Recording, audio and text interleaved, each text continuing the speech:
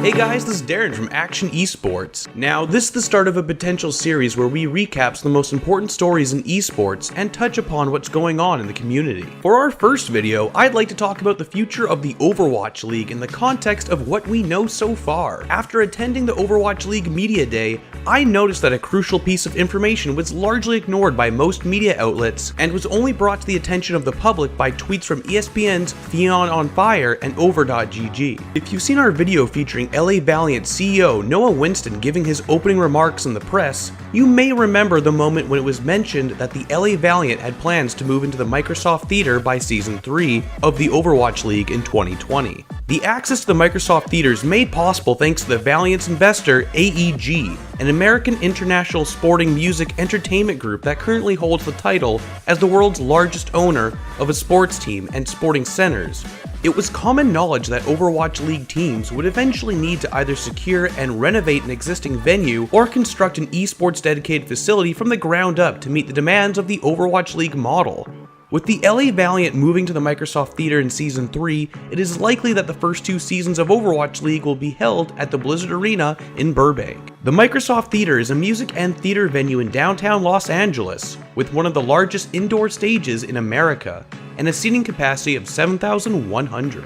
Whether the LA Valiant home games will be able to build up a large enough fan base to fill out the venue remains to be seen.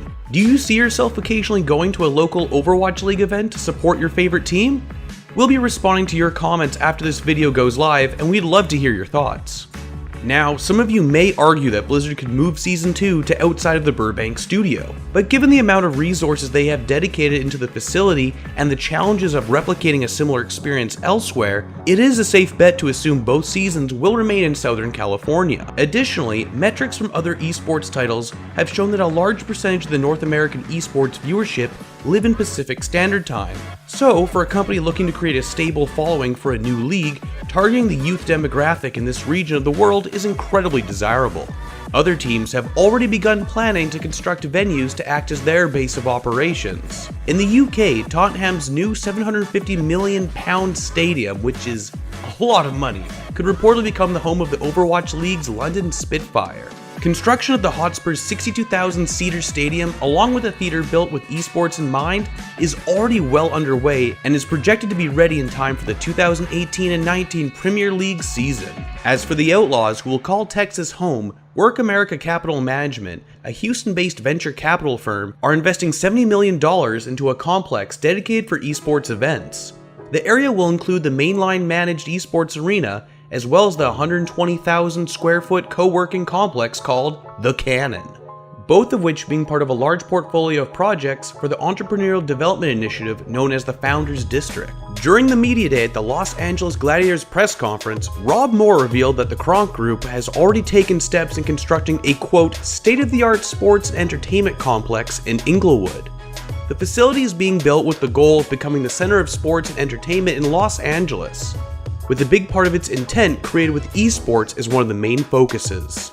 And as for the remaining teams, it is believed that their investors and ownership groups, who similar to the LA Valiants have deep ties with traditional sports, will be able to secure and renovate the necessary space and time for the third season of the Overwatch League.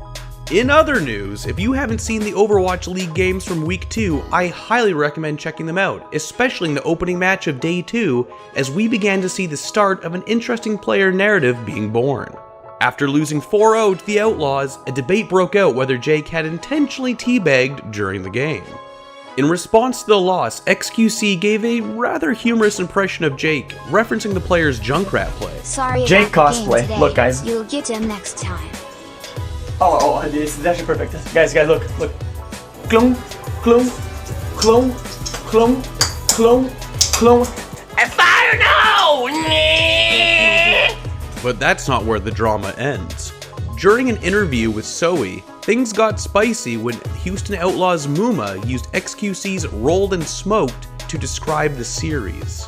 Well, I'm sure your fans can't wait to see. Now, anything else? Any last words from you? I mean, thanks to all our fans, couldn't do it without you. And in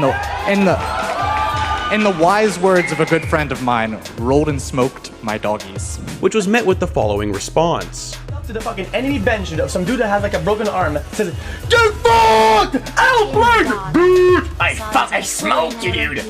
No, he didn't smoke shit. No, shut your fucking mouth. Go back there. Suck a fat cock. I mean, he would like it, but so many games ahead. Love you. All home of Kappa. that's not a thing. That's not a thing, dude. Please. xQc has since issued an apology to what he said in the heat of the moment in response to the public outrage. In light of the statements made on stream, Dallas Fuel will be taking disciplinary action and have xQc inactive for their second match of Week 2. Additional details of how Fuel will handle this case are forthcoming.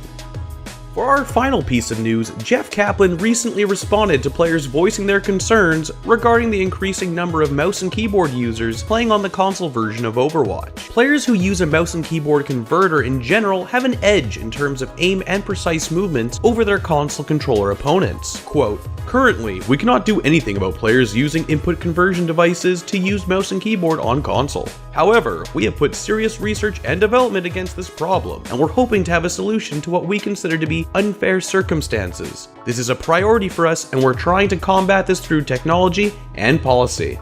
After pulling in over 10 million viewers worldwide across various streaming platforms, the following weeks will put the Overwatch League to the test to see if it can retain a healthy viewership as they compete with Riot Games' League of Legends Championship Series. Will the Overwatch League survive to see the localization model be implemented in 2020, or will the transition be delayed as more teams potentially join the league and lower than expected viewership numbers by mid-season? All of which are important questions that we'd love to hear your thoughts on, so we'll be keeping an eye in the comments section below.